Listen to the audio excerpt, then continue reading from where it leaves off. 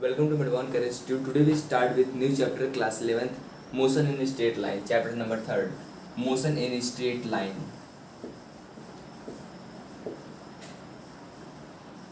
Motion in straight line. Motion in straight line का मतलब क्या हुआ? अगर मोशन हो रहा है स्ट्रेट लाइन में तो उसको हम बोलते हैं मोशन इन स्ट्रेट लाइन. तो मीन्स स्ट्रेट लाइन मोशन की सारी कंडीशन हम लोग इस चैप्टर में स्टडी करेंगे. ठीक है, सबसे पहले पढ़ते हैं हम लोग मोशन क्या होता है. स्टार्ट किससे करते हैं हम लोग? मोशन इन स्ट्रेट लाइन है तो सबसे पहले क्या आता है? मोशन. मोशन मतलब क्या हुआ? कोई बॉडी अपनी पोजिशन चेंज कर रही है किसके रिस्पेक्ट में? टाइम के रिस्पेक्ट में. ठीक है, चेंज इन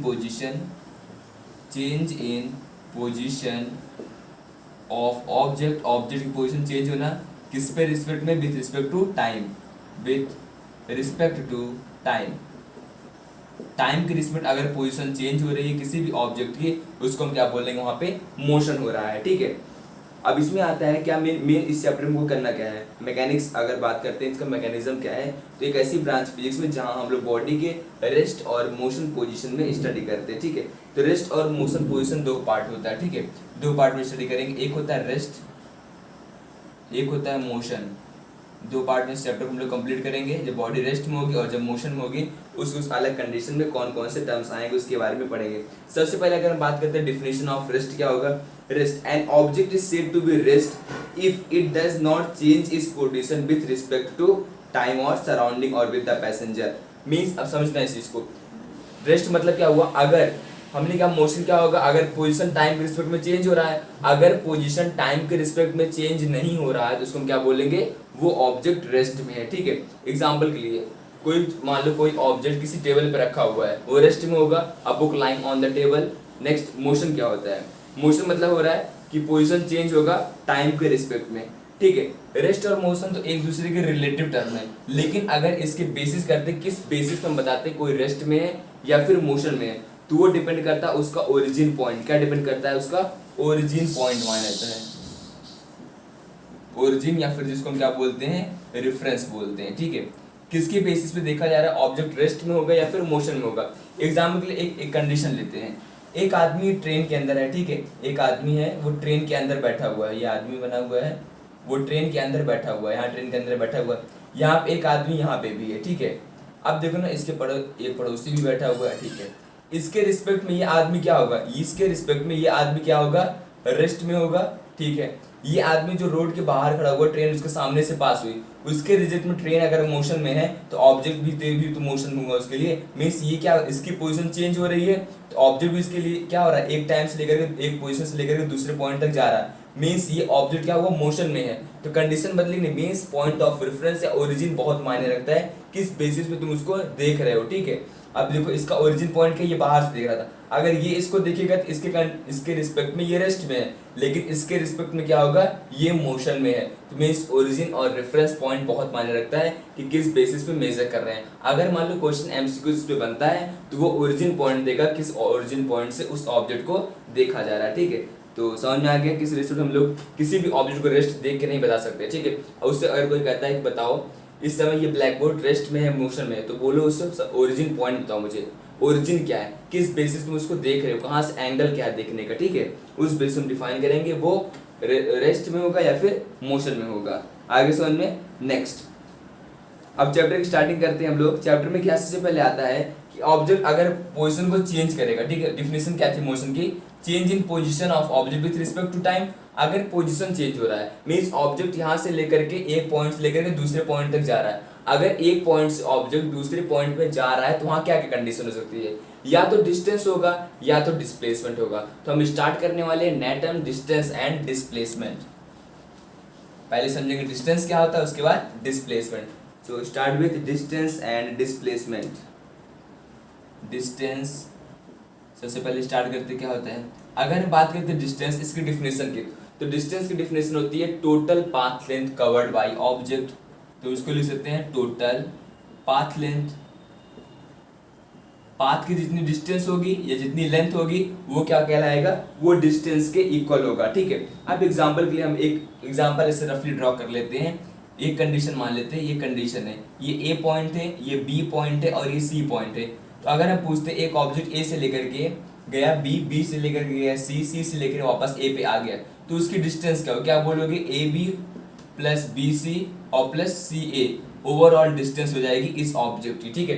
मीन्स कितना पाथ लेंथ कवर किया, एक ये किया, एक ये लेंथ कवर किया, तो सबका सम कर दोगे, टोटल कर दोगे, तो क्या हो जाएगा, वो डिस्टेंस हो जाएगा। अब देखो डिस्टेंस एक तरीके से सिर्फ और सिर्फ यहाँ पे मैग्नीट्यूड आ रहा है, यहाँ पे कहीं पे भी डायरेक्शन नहीं आ रहा है। अगर डायरेक्शन से वेरिएट नहीं हो रहा तो मतलब ये कौन सी क्वांटिटी है, distance is a scalar quantity. क्या है ये, स्केलर क्वांटिटी। एसआई यूनिट क्या होगा डिस्टेंस का, लेंथ है, मतलब क्या होगा इसका एसआई यूनिट, मीटर होगा, ठीक है। नेक्स्ट ये हो गया मीटर हमारा। अच्छा डिस्टेंस क्या निगेटिव हो सकता है, क्या डिस्टेंस निगेटिव हो सकता है, नहीं, कभी भी निगेटिव नहीं हो सकता है। इट में भी जीरो और पॉजिटिव, इट में भी पॉजिटिव, मैक्सिमम केस पॉजिटिव का ही होता है, पॉजिटिव और जीरो, पॉजिटिव भी हो सकता है और जीरो भी हो सकता है। ऑब्जेक्ट मूव नहीं करेगा तो जीरो होगा, ऑब्जेक्ट मूव करके एक पॉइंट दूसरे पॉइंट तक जा रहा है तो कुछ ना कुछ पॉजिटिव वैल्यू आएगी, नेगेटिव वैल्यू कभी नहीं आएगी क्योंकि ये स्केलर क्वांटिटी है, ठीक है। अगर हम बात करते हैं इसका सीजीएस यूनिट क्या होगा, what is it's CGS unit, तो क्या होगा, सेंटीमीटर, ठीक है। ये हो गया हमारा डिस्टेंस के बारे में। Next we will move on displacement. Second one is displacement.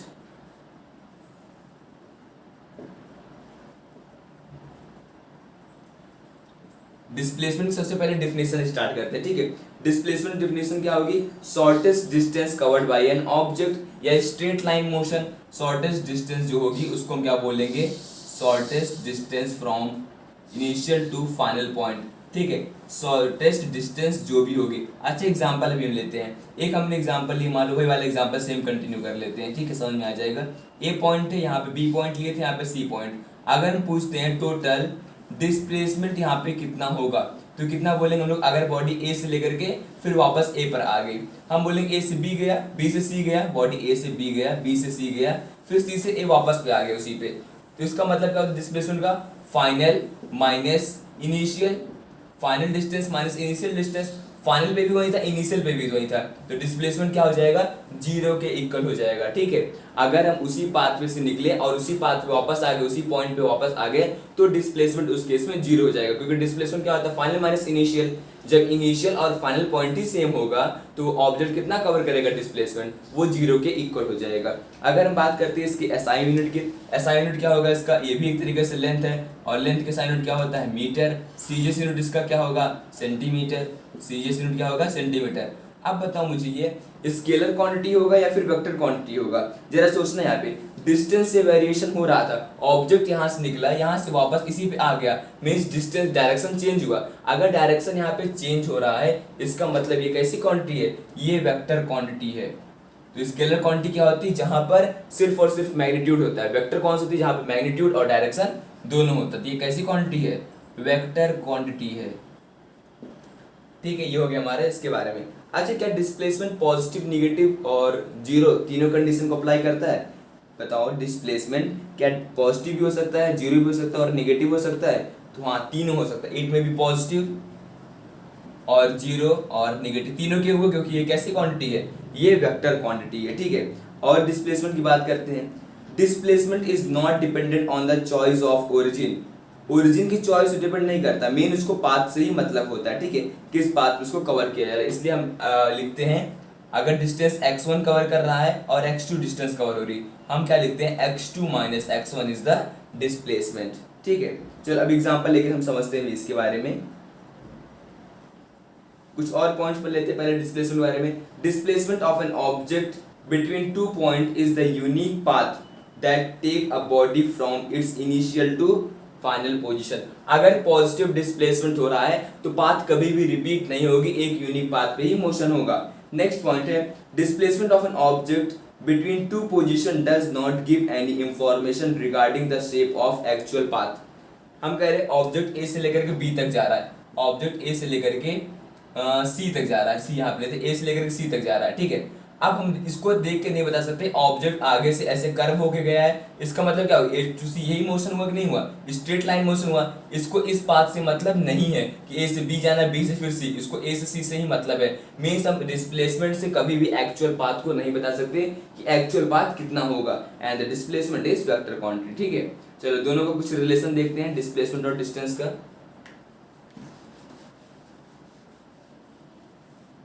एक एग्जांपल से समझ लेते हैं, एग्जांपल लेते हैं, ठीक है। एक ऑब्जेक्ट है ए, या एक बॉय है ए से लेकर के वो पॉइंट कहाँ तक गया, बी तक गया। ये था हमारा 5 किलोमीटर। फिर वो वापस बी पे उसी पाथ से लेकर के पॉइंट सी पर आकर रुक गया। ये डिस्टेंस कितना हो गया, 2.5 kilometre, means half the distance, C point पे आकर के रुक गया। अगर पूछा जाता है कि यहाँ पे डिस्टेंस कितना होगा, ऑब्जेक्ट डिस्टेंस कितना कवर कर रहा है, तो ए से बी गया, कितना हो गया 5 किलोमीटर, प्लस बी टू सी गया, कितना हो गया 2.5 किलोमीटर, कितना हो गया ये टोटल 7.5 किलोमीटर हो गया, ठीक है। अगर हम बात करते हैं यहाँ पे, बताओ डिस्प्लेसमेंट कितना होगा, डिस्प्लेसमेंट कितना होगा बॉडी का, शॉर्टेस्ट डिस्टेंस, मतलब ए से लेकर के वो बी से सी गया, उससे नहीं, मतलब ए से लेकर के इनिशियल पॉइंट था ये, और ये इसका फाइनल था, final minus initial means displacement at C minus displacement at A, तो कितना हो जाएगा ये 2.5 किलोमीटर। आगे समझ में 2.5 किलोमीटर के इक्वल होगा। हम देखेंगे डिस्टेंस और डिस्प्लेसमेंट का कुछ स्पेशल केस, ठीक है। अगर हम देखें, देखो डिस्प्लेसमेंट क्या होगा, एक स्ट्रेट लाइन हो सकता है, एक पॉइंट ए से लेकर के पॉइंट बी तक एक स्ट्रेट लाइन हो सकता है डिस्प्लेसमेंट। डिस्टेंस स्ट्रेट लाइन भी हो सकता है और कर्व भी बन सकता है, ठीक है। जैसे मान लो अगर ए पॉइंट ए हो गया, बी पॉइंट यू हो गया, यहाँ इस तरीके से बना हुआ है ऐसे, ठीक है। तो डिस्टेंस क्या होगा, ये पूरा लेंथ होगा, और डिस्प्लेसमेंट क्या होगा, यहाँ से लेकर यहाँ तक डिस्टेंस होगा। तो डिस्टेंस इस लाइन के भी इक्वल हो सकता है और इसके इक्वल हो, लेकिन डिस्प्लेसमेंट सिर्फ और सिर्फ ए और बी के स्ट्रेट लाइन के बराबर ही होगा। इसका मतलब हम कह सकते हैं डिस्प्लेसमेंट डिस्टेंस इक्वल हो सकता है, बिल्कुल हो सकता है। क्या डिस्प्लेसमेंट डिस्टेंस के इक्वल हो सकता है, ये टर्म डिस्प्लेसमेंट इसके इक्वल हो सकता है एक ही कंडीशन पे, अगर स्ट्रेट लाइन पाथ होगा तो ही डिस्प्लेसमेंट डिस्टेंस के इक्वल होगा, बाकी इक्वल नहीं होगा। क्या डिस्टेंस डिस्प्लेसमेंट के इक्वल होगा, हाँ डिस्टेंस तो हमेशा डिस्प्लेसमेंट के इक्वल हो सकता है, क्योंकि डिस्प्लेसमेंट क्या है, एक स्ट्रेट लाइन, और डिस्टेंस क्या है, स्ट्रेट लाइन प्लस कर्व का भी एडिशन होता है, ठीक है। इसलिए ये कंडीशन याद रखना। नेक्स्ट आगे बढ़ते हैं अगले टर्म की तरफ, वो है हमारा speed. Equal distance covered in equal interval of time, equal interval of time, equal interval of time में इक्वल डिस्टेंस कवर हो रही है। अच्छा एग्जांपल कैसे होगा इसका, समझो इस चीज को। इस तरीके से है डिस्टेंस 5, इस तरीके से डिस्टेंस बना लेते हैं, ये इक्वल डिस्टेंस पे लगा हुआ है। अगर यहाँ से यहाँ तक डिस्टेंस मान लेते हैं 5 मीटर, यहाँ से यहाँ तक भी 5 मीटर है, और यहाँ से भी 5 मीटर है, ये भी 5 मीटर है। टाइम कितना लग रहा है कवर करने में, 1 सेकेंड, इसको यहाँ से यहाँ तक जाने में, यहाँ से यहाँ तक होगा 2 सेकंड, मतलब समय कितना सेकंड लग रहा है, 1 सेकंड। इस तरीके से कह सकते हैं 5 मीटर डिस्टेंस कवर करने में समय कितना लग रहा है, 1 सेकंड लग रहा है। स्पीड क्या होगी, 5 मीटर पर सेकंड की स्पीड से हर जगह ट्रेवल कर रहा है। अच्छा ये यूनिफॉर्म ऐसे भी हो सकता है, समझो, जरूरी नहीं कि 1 पर सेकंड में ये 5 मीटर ही ट्रेवल करे, ऐसे भी हो सकता है यूनिफॉर्म। देखो इस तरीके से अगर कर देते हैं हम, इसको भी हम लोग यूनिफॉर्म बोल सकते हैं। ये अगर बोल देते हैं यहाँ से ये 0 हो गया, ये 5 हो गया, ये 10 हो गया, ये 15 हो गया, और ये 20 हो गया, और सब में कितना सेकंड लग रहा है, यहाँ पे लग रहा है 1 सेकंड, यहाँ पे भी यहाँ से यहाँ तक डिस्टेंस 1 सेकंड, यहाँ पे भी 1 सेकंड, 1 सेकंड यहाँ पे भी लग रहा है, और 1 सेकंड यहाँ पे भी लग रहा है। अब देखो, अब डिस्टेंस बाय रेशियो देखो, इक्वल डिस्टेंस कवर कर रहा है, देखो रेशियो चेंज है, 5 5 5 5 5 का चेंज आ रहा है, और 1 सेकंड में इसको आसानी से बोल सकते हैं। बात वही हुई, मींस इक्वल डिस्टेंस कवर करेगा इक्वल इंटरवल ऑफ टाइम के लिए। नेक्स्ट हो गया variable speed, second one is variable, means जहां पे हमारा डिस्टेंस अनइक्वल रहेगा लेकिन टाइम क्या होगा, इक्वल होगा, means unequal distance covered in equal interval of time. Best example इसका समझो क्या होगा, टाइम सेम है हमारे पास लेकिन जो डिस्टेंस कवर हो रहा है वो अनइक्वल है। अच्छा बॉलर बॉलिंग करते हैं, क्या उनकी स्पीड फिक्स होती है, अभी मान लो बॉलिंग कर रहे हैं, कभी 130 हो गया, 120 हो गया, 142 हो गया मैक्सिमम मान लेते हैं, तो मतलब उनकी स्पीड जो होगी वो चेंज, डिस्टेंस जो होगी वो चेंज हो सकती है। मींस अगर डिस्टेंस वेरिएट कर रही है, मतलब 142 किलोमीटर पर आवर की स्पीड से 130 किलोमीटर पर आवर की स्पीड से, तो वो क्या होगा, वो डिसाइड करता है कि देखो पर आवर तो कांस्टेंट है, मान लो बॉलर बॉलिंग कर रहा है 142 kilometre per hour, 130 kilometre per hour और 120 किलोमीटर पर आवर, इतनी स्पीड से। एक आर तो डिस्टेंस कॉमन है, मींस टाइम क्या है यहाँ पे वो सेम है, उसमें वेरिएशन नहीं हो रहा है। वेरिएशन किस में हो रहा है, डिस्टेंस में हो रहा है, मींस डिस्टेंस क्या अनइक्वल, 142 130 हुआ फिर 120, तो हम लोग इसको बेस्ट एग्जांपल बोल सकते हैं वेरिएबल के लिए, क्योंकि हम चाह के भी फिक्स नहीं कर सकते अपनी स्पीड बॉलिंग करते वक्त। नेक्स्ट हो गया average speed, third one is average speed. Average speed, average word कब यूज करते हैं, जब नंबर ऑफ टर्म एक साथ होते हैं तो वहां पे एवरेज यूज किया जाता है, ठीक है। एवरेज का मतलब क्या हुआ, total distance covered upon total time taken. Average speed की डिफिनेशन क्या हो जाएगी, फॉर्मूला लिख देते हैं इसका, total distance covered upon total time taken, ठीक है। टोटल कितना डिस्टेंस कवर किया अपॉन टोटल टाइम टेकन। चलो इसको थोड़ा सा एक्सप्लेन फॉर्म में और समझते हैं क्या होगा। अगर मान लेते हैं डिस्टेंस कवर कर रही है बॉडी S1 और S2 S3, तो क्या हो जाएगा, और टाइम इसमें लग रहा है T1, इसके लिए लग रहा है T2 और इसके लिए लग रहा है T3, तो एवरेज स्पीड क्या हो जाएगा, एवरेज स्पीड हो जाएगा हमारा S1 plus S2 plus S3 upon total time taken T1 T2 और T3 के इक्वल हो जाएगा। इस तरीके से हम लोग क्या करेंगे, एवरेज स्पीड जो होगा किसी भी के लिए कैलकुलेट कर सकते हैं। अब एवरेज स्पीड क्या होगा, अलग अलग फॉर्म इसको हम लोग देखेंगे। अगर मान लेते हैं एवरेज स्पीड में टाइम नहीं गिवन है, ठीक है, टाइम नहीं गिवन है, डिस्टेंस गिवन है, वेलोसिटी गिवन है, तो हम लोग टाइम निकाल करके भी इसको कैलकुलेट कर सकते हैं। तो special condition for average speed, special condition देखते हैं क्या होगा। स्पेशल कंडीशन में सबसे पहले आते हैं, अगर वेलोसिटी दिया हुआ है और डिस्टेंस दिया हुआ है, ठीक है। सपोज करते हैं अगर डिस्टेंस दिया हुआ है और velocity means S1 distance cover कर रहा है तो वेलोसिटी v1 लग रहा है, ऐसे इस तरीके से दिया गया है। S1 डिस्टेंस बॉडी कवर कर रही है तो इसके लिए वेलोसिटी v1 लग रही है, S2 डिस्टेंस के लिए वेलोसिटी v2, S3 के लिए वेलोसिटी कितनी हो रही है, v3 लग रही है। उस केस में क्या होगा, एवरेज स्पीड, उसके बारे में हम लोग बात करेंगे। अच्छा, एवरेज स्पीड क्या है, total distance upon total time taken. Total distance कितना है, S1 प्लस S2 और प्लस S3 हो जाएगा, अपॉन तीन पार्ट में कवर कर रहा है डिस्टेंस, अपॉन टाइम टेकन होता है, ठीक है। टाइम टेकन देखो जरा, स्पीड इक्वल्स क्या होता है, डिस्टेंस अपॉन टाइम टेकन, तो टाइम इक्वल्स क्या हो जाएगा, डिस्टेंस अपॉन स्पीड। डिस्टेंस कितना दिया गया है, S1 अपॉन स्पीड कितना है, v1, ठीक है। इस तरीके से लिख सकते हैं, प्लस S2 अपॉन v2 और प्लस S3 अपॉन v3 लिख सकते हैं। इस तरीके से हम लोग एवरेज स्पीड कैलकुलेट कर सकते हैं अगर गिवन नहीं होगा तो। आगे बहुत आसान तरीके से हो गया सॉल्व, ठीक है। अगर n नंबर ऑफ बॉडी होगी तो क्या करना है, ऐसे कंटिन्यूसली से चला जाएगा, ठीक है। चल इसी में एक और कंडीशन लेते हैं हम लोग, ये बहुत इंपॉर्टेंट है जो स्पेशल केस अगला बताने जा रहे हैं। अगला स्पेशल केस है, अगर डिस्टेंस कवर करें, मान लो S1 डिस्टेंस बॉडी कवर किया, वो S2 के इक्वल है और दोनों डिस्टेंस S के इक्वल है। मुझे पता है कि S1 और S2 कितना होगा और S1 S2 के इक्वल भी है। उस केस में फॉर्मूला क्या होगा वो समझते हैं, ठीक है। और बॉडी अगर दो पार्ट में डिस्टेंस को कवर कर रही है तो, अच्छा फॉर्मूला क्या होता है, फिर से एक बार लिख देते हैं। S1 दो पार्ट में अगर कर रही है, S2 upon T1 plus T2, time नहीं दिया हुआ, डिस्टेंस अपॉन स्पीड की फॉर्म में क्या होगा, S1 plus S2 upon S1 upon v1 और प्लस S2 अपॉन v2 के बराबर होगा। हमने कहा S1 S2 के इक्वल होगा और S2 S के इक्वल होगा, तो यहाँ हम क्या लिख सकते हैं, S प्लस S, नीचे क्या लिख सकते हैं, S upon v1 plus S upon v2। देखो v1 और v2 क्या अलग अलग वेलोसिटी दी गई है, तो यहाँ से s प्लस एस हम लोग क्या लिख सकते हैं, 2s लिख सकते हैं, ठीक है। s यहाँ से कॉमन ले लो, s बाहर ले लिए, अंदर क्या आ गया, 1 upon v1 plus 1 upon v2, तो s से s कैंसिल आउट हो गया, तो बचेगा क्या यहाँ पे हमारा 2 upon 1 upon v1 plus 1 upon v2। अच्छा इसको क्या लिख सकते हैं, नीचे वाले को क्रॉस मल्टीप्लाई करेंगे, देखो 2 upon v2 plus v1 upon v1 into v2, तो v1 इंटू v2 ऊपर चला जाएगा, तो मीन्स क्या हो जाएगा formula 2v1 v2 upon v1 plus v2।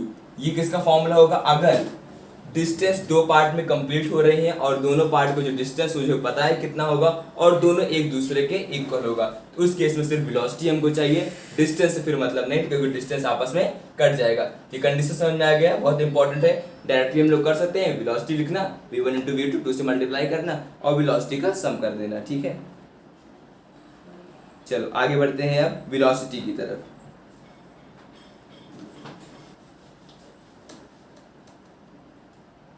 Next is velocity. हमने क्या कहा था, अगर डिस्टेंस को टाइम से डिवाइड कर दोगे तो स्पीड हो जाएगा, अगर डिस्प्लेसमेंट को टाइम से डिवाइड कर देंगे तो क्या हो जाएगा, वेलोसिटी। तो वेलोसिटी क्या हो जाएगा, displacement upon time taken, displacement upon time taken. ठीक है, अब डिस्प्लेसमेंट क्या हुआ, डिस्प्लेसमेंट हम लोग पढ़ चुके हैं, स्ट्रेट लाइन मोशन को बोलते हैं, डिस्प्लेसमेंट हो रहा है वहाँ पे, या फिर क्या है तो शॉर्टेस्ट डिस्टेंस। अच्छा, इसके एसआई यूनिट के बारे में बात करते हैं। एसआई यूनिट क्या होगा इसका, डिस्प्लेसमेंट एक तरीके से लेंथ का यूनिट है, एसआई यूनिट मतलब क्या होगा इसका मीटर, इसका क्या हो गया सेकंड, तो मीटर पर सेकंड। इसका डायमेंशन क्या होगा, डायमेंशन होगा एल टी माइनस वन, वही सेम होगा सब कुछ, क्योंकि डिस्टेंस और डिस्प्लेसमेंट दोनों ही लेंथ का यूनिट है। चलो, ये स्केलर होगा या फिर वेक्टर होगा, डिस्प्लेसमेंट क्या था, वेक्टर क्वांटिटी था, तो वेलोसिटी भी क्या होगा, वेक्टर क्वांटिटी होगा, क्योंकि ये डायरेक्शन से वेरिएट होते हैं, मींस ये डायरेक्शन प्लस मैग्नीट्यूड दोनों पर डिपेंड करते हैं। याद करने का तरीका देख लो, S for scalar, S for क्या था स्पीड, याद था वो, V for vector, V for velocity, तो velocity is a vector quantity, याद रख सकते हैं इस तरीके से हम लोग, वैसे याद हो जाता है क्योंकि हम लोग को डिस्प्लेसमेंट पता रहता है, वेक्टर क्वांटिटी है, इसका भी पता चल जाता है। Next uniform velocity, uniform velocity क्या बोलेंगे बताओ, पढ़ चुके यूनिफॉर्म स्पीड, वैसे ही यूनिफॉर्म वेलोसिटी में भी होगा। यूनिफॉर्म वेलोसिटी मतलब क्या हुआ, equal displacement covered in equal interval of time. Variable velocity क्या होगा, unequal distance covered in unequal interval of time. आगे समझ में, ठीक है, इस तरीके से हम लोग वेलोसिटी को भी लिख सकते हैं। Next average velocity, average velocity क्या होगा, एवरेज वेलोसिटी, एवरेज वेलोसिटी का फॉर्मूला क्या होगा, सेम एवरेज कब आता है, जब नंबर ऑफ डिस्प्लेसमेंट होगा और नंबर ऑफ टाइम टेकन होगा। तो क्या लिखें हम लोग, total displacement upon total time, total displacement upon total time की इक्वल होगा हमारा एवरेज स्पीड, एवरेज वेलोसिटी। ठीक है, ये इसका फॉर्मूला हो गया। नेक्स्ट एक टर्म होता है इंस्टेंटेनियस, इंस्टेंटेनियस के बारे में समझते हैं। इंस्टेंटेनियस स्पीड भी होता है, इंस्टेंटेनियस वेलोसिटी भी हम लोग पढ़ते हैं क्या होता है। पहले इंस्टेंटेनियस स्पीड समझ लेते हैं, फिर वेलोसिटी भी समझ लेंगे। वर्ड इंस्टेंटेनियस मतलब एक किसी पॉइंट के लिए अगर बात करते हैं तो वहां पे होता है, या छोटे समय के लिए बात करते हैं तो वहां पे हम लोग यूज करते हैं इंस्टेंटेनियस। अगर डिफिनेशन की बात करें तो क्या होगा, स्पीड की बात कर रहे हैं, the speed of an object at any particular instant of time और a particular point of its path is called instantaneous speed. समझना इस चीज को, मान लो बॉडी मूव कर रही है, बहुत स्पीड से मूव कर रही है, अगर हम एक टाइम पूछ लेते हैं यहाँ पे इसकी वेलोसिटी क्या होगी या स्पीड क्या होगी, उस केस में वर्ड हम लोग कौन सी यूज करते हैं, इंस्टेंटेनियस, इंस्टेंटेनियस। ठीक है, अच्छा एक एग्जांपल लेते हैं, बॉडी यहाँ, कार यहाँ से यहाँ तक जा रही है, ए पॉइंट से लेकर के बी पॉइंट तक जा रही है। ठीक है, कोई ऐसे पूछ ले नॉर्मली, बॉडी कोई मॉल बना हुआ, मान लेते हैं कोई मॉल बना हुआ से, उस मॉल के सामने से किस टाइम पीरियड पे क्रॉस की। अब देखो उस समय कैसे बता पाएंगे कितना होगा, तो वहां पे इंस्टेंटेनियस वर्ड यूज करते हैं। शॉर्ट डिस्टेंस के लिए डिस्टेंस उतना कितना ट्रेवल किया और उस डिस्टेंस में उसको कितना समय लगा। मीन्स यहाँ पे दो पॉइंट मार्क करो मॉल के सामने, एक पॉइंट ये, एक पॉइंट x1 हो गया और दूसरा पॉइंट x2 हो गया। टाइम यहाँ पे x1 कितना होगा t1, x2 पे कितना होगा t2। हम क्या लिखेंगे, x2 minus x1 upon t2 minus t1। ये बहुत शॉर्ट डिस्टेंस और शॉर्ट टाइम पीरियड के लिए होगा, इसलिए यहाँ पे वर्ड यूज करते हैं हम लोग इंस्टेंट स्पीड। ठीक है, इसी में एक और टर्म आता है स्पीडोमीटर, सब लोग इसके बारे में जानते होंगे। यही सेम इंस्टेंटेनियस स्पीड और वेलोसिटी के लिए हम लोग यूज करते हैं। ठीक है, इंस्टेंटेनियस वही सेम टर्म है, चाहे स्पीड हो या फिर वेलोसिटी हो। स्पीडोमीटर एक ऐसा ऑटोमोबाइल इंडिकेटर होता है जो इंडिकेट करता है इंस्टेंटेनियस स्पीड कितनी होगी। स्पीडोमीटर में क्या होता है, इंस्टेंटेनियस तो होता है, जब बॉडी को एक्सेलरेट करोगे, कार को या बाइक को एक्सेलरेट करोगे तो हर एक टाइम पीरियड पे तुमको बताएगा तुम्हारी स्पीड कितनी है, तुम कितना डिस्टेंस ट्रेवल कर रहे हो टाइम के रिस्पेक्ट में, इसलिए स्पीडोमीटर इंस्टेंटेनियस का ही एप्लीकेशन है। ठीक है, नेक्स्ट आगे बढ़ते हैं हम लोग। यूनिफॉर्म मोशन और नॉन यूनिफॉर्म मोशन समझ में आ गया, स्पीड भी समझ में आ गया। ठीक है, नेक्स्ट कुछ क्वेश्चन सॉल्व कर लेते हैं हम लोग इससे रिलेटेड, स्पीड और वेलोसिटी से रिलेटेड, जिससे इसका कॉन्सेप्ट बिल्कुल क्लियर हो जाए। ठीक है, चलो एक क्वेश्चन सॉल्व करते हैं। एक क्वेश्चन हमारा on a 60 metre track, question हम लिख देते हैं, उसके बाद हम लोग इसको सॉल्व करेंगे। ठीक है, देखो ये हमारा क्वेश्चन है, यहाँ पे क्या है, ए पॉइंट से बी तक एक बॉडी है, ए पॉइंट से लेकर के बी पॉइंट तक जा रही है। ठीक है, तो टोटल डिस्टेंस कितना है, ए से लेकर के बी तक दिया गया है हमारा 60 किलोमीटर का डिस्टेंस है। तो फर्स्ट हाफ डिस्टेंस बोले तो 30 किलोमीटर, वो डिस्टेंस कवर करे with the velocity v1 30 kilometre per hour की स्पीड से ट्रेवल कर रही है। ठीक है, मींस पहला जो 30 kilometre means half the distance है वो 30 किलोमीटर पर आवर की स्पीड से कैलकुलेट हो रहा है। ठीक है, नेक्स्ट 30 वाला किलोमीटर क्या हो रहा है, उसकी वेलोसिटी तुमसे पूछा गया है कि वो कितनी वेलोसिटी से क्रॉस करेगी बॉडी, ठीक है। अच्छा ये तो हम लोग बोल नहीं सकते कि 30 किलोमीटर है, ये 60 किलोमीटर की डिस्टेंस थी, आधी होगी हमारे 30 किलोमीटर पर आवर की स्पीड से, तो आधी वाली भी 30 किलोमीटर पर आवर की स्पीड से होगी। नहीं, V2 कैलकुलेट करना है, किस बेसिस पे कैलकुलेट करना है, क्योंकि हमको एवरेज स्पीड दिया हुआ है, एवरेज स्पीड कितना है 40 किलोमीटर पर आवर है। तो फॉर्मूला लगाओ, देखो यहाँ पे क्या है, बॉडी को दो पार्ट में डिवाइड किया गया है, डिस्टेंस को या ओवरऑल जर्नी को दो पॉइंट में डिवाइड किया गया। दो पार्ट में अगर डिवाइड किया जा रहा है तो वहां पे डिस्टेंस क्या S1 S2, चलो देखते हैं एवरेज स्पीड का फॉर्मूला क्या होता है, average speed equals to AS लिख देते हैं, एवरेज स्पीड फॉर्मूला क्या है, S1 plus S2 upon T1 और प्लस T2। हमने आज इसको ऐसे लिखवाया था, S1 upon V1 plus S2 upon V2, क्योंकि टाइम का कहीं पे नामो निशान नहीं, टाइम दिया ही नहीं है। S1 और S2 क्या है, इक्वल है, क्योंकि ये 30 ये भी 30 है, तो यहाँ से 1 और 2 हटा दो और इसको क्या लिख देंगे हम लोग 2S लिख दें। अभी थोड़ी देर पहले डेरिवेशन हमने इसका किया था, यहाँ पे भी क्या हो जाएगा S मतलब S हो जाएगा सेम, यहाँ पे कॉमन ले लेते हैं, S यहाँ पे आ जाएगा, S कैंसिल आउट। फॉर्मूला क्या निकल के आया था, 2V1 V2 upon V1 plus V2 निकल के आया था, ठीक है। अगर डिस्टेंस जो कवर हो रही है वो इक्वल है तो जर्नी दो पार्ट में कंप्लीट हो रही है और दोनों की डिस्टेंस क्या है, इक्वल है।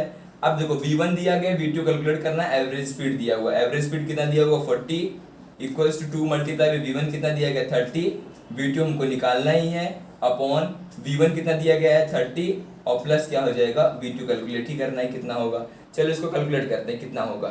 तो पहली बात तो 3 इंटू 2 कितना हो जाएगा 30, 2 इंटू 3 कितना 30 कितना हो जाएगा, ये हो जाएगा हमारा 60 हो जाएगा, होगा 60 हो जाएगा, ठीक है। यहाँ पे 60 कितना हो गया 60V2, इसको हम ऐसे लिख सकते हैं 60V2 इक्वल्स टू, इसको इससे मल्टीप्लाई करेंगे कितना हो जाएगा 3 4 जा 12, तो कितना हो जाएगा 1200 प्लस 40V2 हो जाएगा, ठीक है। अब देखो यहाँ पे क्या है 40V2, यहाँ पे कितना है 60V2 है, इसको हम लोग इधर भेज सकते हैं, ठीक है। तो इसको इधर भेज देते हैं, इसको इधर भेज देंगे कितना हो जाएगा, इसके साथ ये माइनस में हो जाएगा, यहाँ पे प्लस में इधर आएगा माइनस हो जाएगा, कितना हो जाएगा 20V2 हो जाएगा, ठीक है। इक्वल्स कितना हो जाएगा इतना, 0 से 0 कैंसिल आउट, 2 हो गया, ये आ गया हमारा 60, तो V2 कितना आ गया 60 किलोमीटर पर आवर की स्पीड से जाएगा। तो बॉडी कितना स्पीड से जाएगी 60 किलोमीटर पर आवर की स्पीड से मूव करेगी। देखो आसानी से समझ में आ गया, मीन्स फर्स्ट 30 किलोमीटर की स्पीड वो 30 किलोमीटर पर आवर की स्पीड जर्नी ट्रेवल करेगी,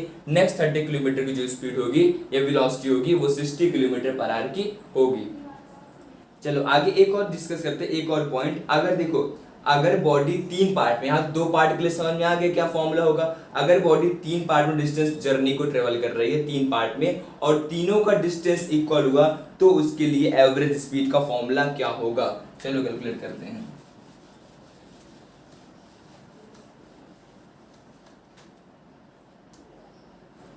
हमने कहा कि एक जर्नी ये है, ठीक है, 3 पार्ट में इसको कवर करते हैं, 1 2 3 पार्ट, और तीनों पार्ट की जो डिस्टेंस है वो S है, ये भी S है और ये भी S है, तीनों पार्ट की डिस्टेंस सेम है। टाइम पीरियड नहीं दिया हुआ क्वेश्चन में, वेलोसिटी दी गई, यहाँ पे वेलोसिटी V1 है, इसकी वेलोसिटी V2, इसकी वेलोसिटी V3 है। एवरेज स्पीड क्या लगाएंगे हम लोग 3S लिख दिए, S plus S1 plus S2 plus S3 करोगे, S1 हमारा S के इक्वल होगा, S2 भी S के, S3 भी S के इक्वल होगा, हम लोग 3S उसको आसानी से लिख सकते हैं। नेक्स्ट नीचे क्या हो जाएगा, अब देखो S upon V1 plus S upon V2 और प्लस S अपॉन V3 हो जाएगा, क्योंकि distance upon velocity time taken होता है, ये हो गया हमारा डिस्टेंस अपॉन ये, ठीक है। S को स्पीड मत समझ लेना, वो डिस्टेंस ये, ठीक है। अब देखो S कॉमन ले लिया, यहाँ पे 3S अपॉन क्या हो जाएगा, S हमने बाहर कॉमन ले लिया, 1 upon V1 plus 1 upon V2 plus 1 upon V3 हो जाएगा यहाँ पे, ठीक है। S कैंसिल आउट हो गया, ठीक है, S से S कट गया, तो यहाँ पे क्या निकल के आएगा। अब देखो नीचे क्या होगा V1 V2 V3, हम क्या लिखते हैं 3 अपॉन, यहाँ पे कॉमन ले लेते हैं V1 V2 और V3 को हमने कॉमन ले लिया, ठीक है।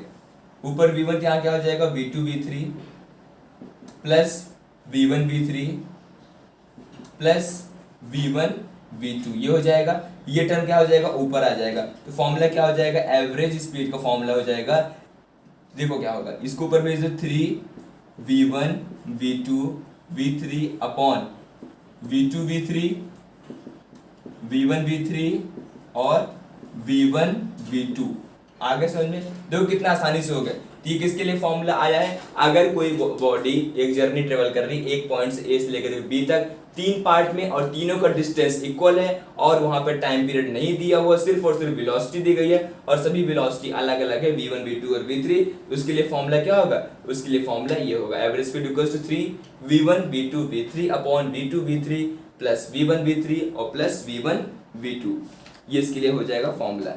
नेक्स्ट